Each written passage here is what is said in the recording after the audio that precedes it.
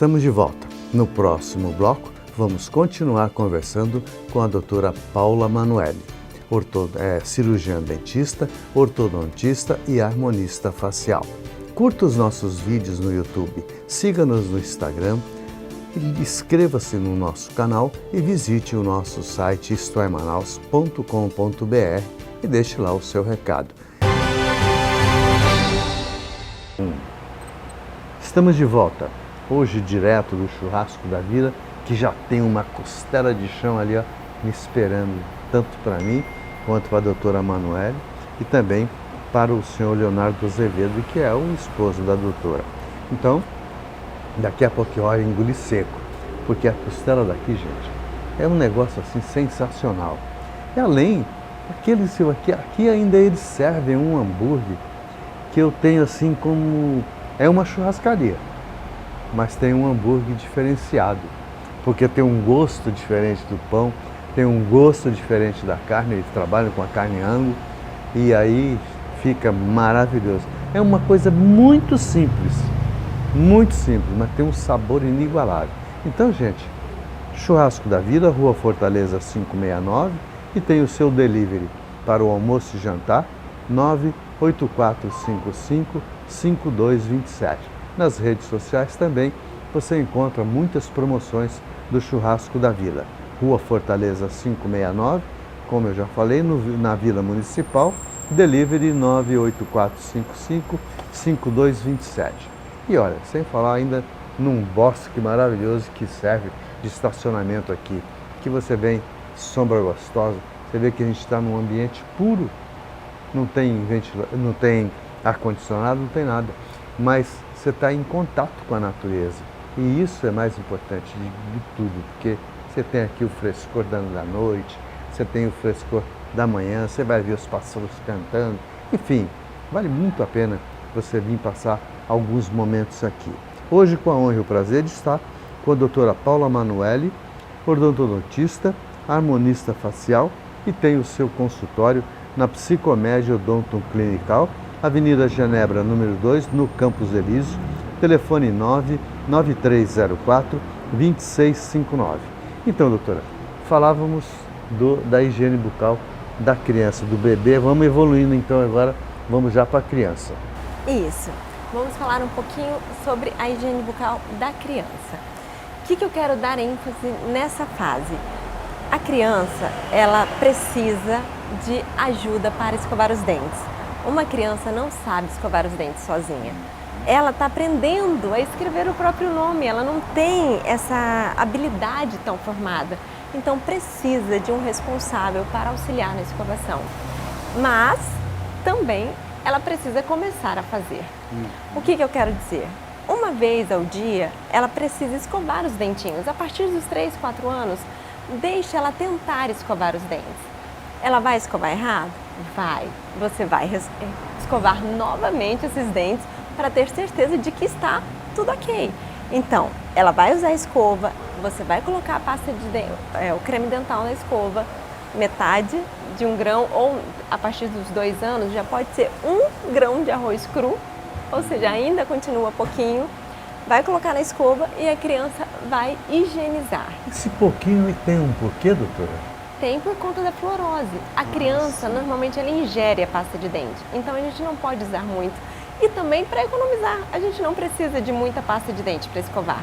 Aquilo que acontece nas propagandas de pasta de dente é porque eles querem que acabe rápido, não precisa de tudo aquilo. Um pouquinho só é suficiente para escovar os dentes. Então a criança vai começar a escovar os seus dentes sozinha, você vai averiguar para ver se ela está escovando direitinho. E, gente, lembrando que escovar os dentes, quando eu falo dente, inclui língua. Né? Pois a língua é novidade. Precisa Essa eu não sabia ser também. escovada sempre. Inclusive, tem pessoas que têm muita ânsia de vômito ao escovar a língua com escovas dentais. Então, o que existe? O limpador de língua. A gente pode usar limpador... Eu já estava me perguntando o que é isso aí, mas... A gente pode usar, existem N limpadores de língua, não precisa necessariamente ser esse. A gente pode usar um limpador de língua para limpar a língua. Você vai segurar aqui... Até a escova vai servir? Até a escova serve. A escova serve tanto quanto o limpador. Só que tem pessoas que têm ânsia. E lembrando, gente, que ao limpar a língua, você não vai fazer assim. Assim você está pegando a sujeira, levando para dentro e para fora, para dentro e para fora. Você tem que pegar e tirar a sujeira, colocar no mais profundo que você conseguir e puxar para fora, tirar a sujeira para fora da língua. Também serve para escova. Também serve para escova. A escova coloca no mais profundo que você conseguir e puxe para fora. Mais uma vez eu estou dizendo, eu estou aprendendo também, porque eu fazia exatamente desse jeito. Era ó, e não é isso. Então tem que ser. Exatamente. Então, bom, adolescência. Antes eu vou te fazer uma pergunta. Assim. E o fio dental? Se usa antes ou depois da escovação? Muito bem lembrado. Eu vi o fio dental e depois vamos falar do enxaguante bucal também. Então, fio dental. O que você acha? Que usa antes ou depois da escovação? Eu digo que eu uso depois. Não sei se é certo, mas uso depois. O correto é antes. É antes. Por quê? Porque quando você passa o fio dental e você tira, ele sai sujo. Então você está jogando sujeira para a boca. Entende? Ah, mas eu já escovei o dente. Mas mesmo assim, o fio dental faz o que a escova de dente não faz. Então, por mais que você tenha escovado, acumulou sujeirinha em alguns ambientes, em algumas proximidades do dente. Então, ao limpar, você está sujando a boca novamente. Então, o ideal é passar o fio dental antes da escovação, depois escovar os dentes, depois usar o limpador de língua ou limpar a língua com a escova de dente. Como a gente está falando de higiene, doutora, eu queria entender uma coisa. Não só eu acredito que eles também. Por que existe esse espaço entre os dentes? Só para acumular sujeira? Então, o espaço interdental ele existe porque ele é o contato entre os dentes. Né? Ele precisa existir porque se você reparar aqui nesse modelo, você vai ver que tem a raiz do dente e vem a coroa do dente. E a coroa, a parte de baixo, né, a parte incisal, ela é mais larga. Então, se você reparar aqui, ela é um pouco mais larga. E o espaço que você disse que acumula os alimentos é exatamente aqui, que é o espaço que é o interproximal, o contato que tem de um dente com o outro.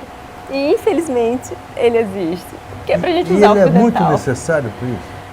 Na verdade, ele, não tem como a gente removê-lo, entende?